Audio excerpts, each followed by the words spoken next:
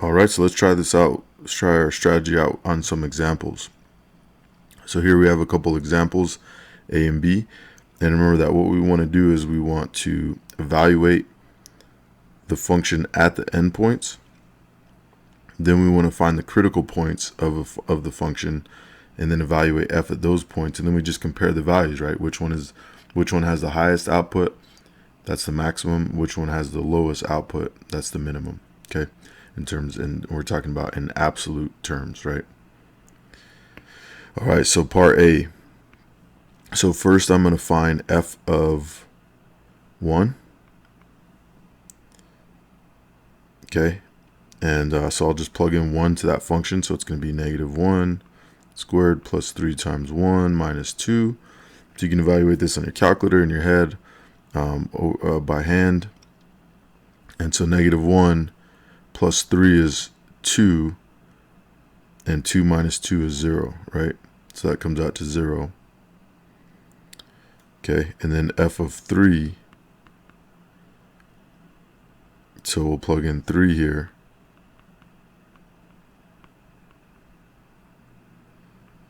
And so we get -9 plus 9, which is 0, minus 2 is -2, right?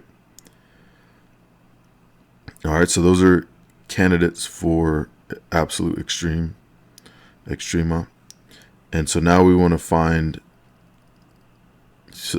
our derivative, right? And find our critical points. So we're going to find our derivative and set it equal to 0.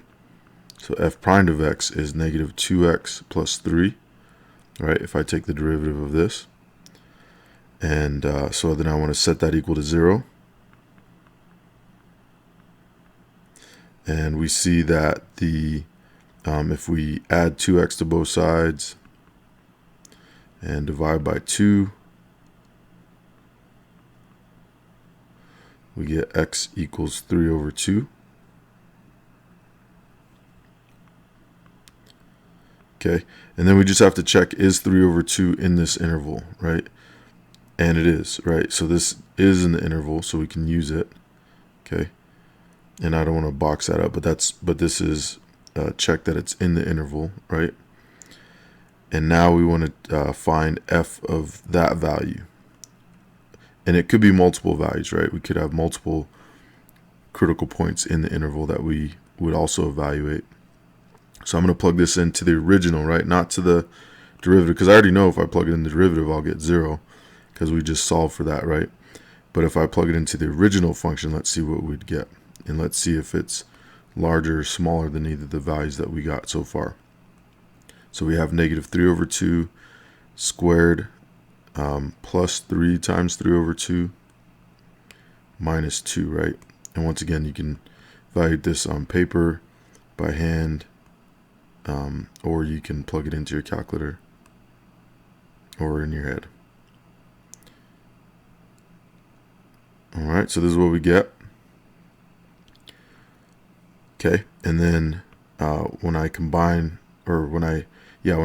these, if I get a common denominator here, I'll have -9/4 plus 18/4, right? And then minus 2, which is 8/4. Okay, so that's -9 plus 18 is +9, minus 8 is +1/4. So we get 1/4. Okay. So now in comparing these values, which is the largest? 0, -2, or 1/4? And the answer is 1/4, right? 1/4 is actually larger than all of them. So we have a maximum at 3 over 2. Okay. So max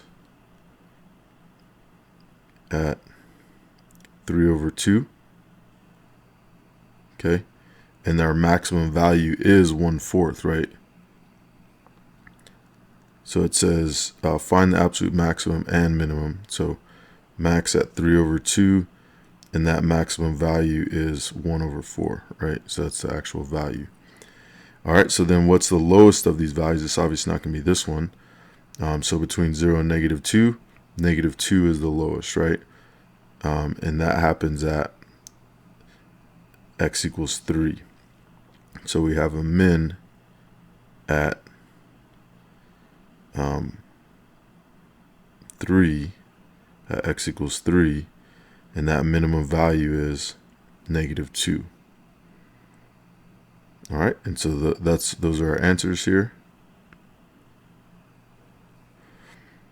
Okay, for part A. And let's look at the graph just to kind of make sense of this. So this is the graph of this function, and our interval is from 1 to 3, right? So on this interval, from here to here, at the endpoints, remember we got 0 and we got -2, right?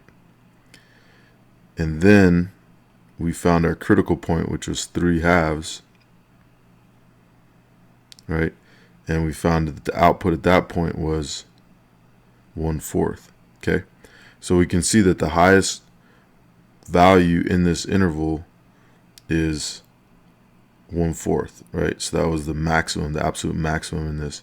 And it actually is the maximum of the whole function, right? Because if we continue this function, it go like this, so it goes down forever, but it does have a maximum. And then our absolute minimum in the interval was this point, right? That's the lowest it could be, was -2, right? Even though if we extended it, it would go down forever on either side. In this particular interval, the lowest point is -2. All right, and we were able to find that. All right, so that's it. So find the, evaluate the function at the endpoints, find the critical points, evaluate the function at the critical points, and then you just compare the values, right? And find the highest of those values and the lowest of those values. And that'll give you your absolute extrema, your absolute maximum and minimum respectively.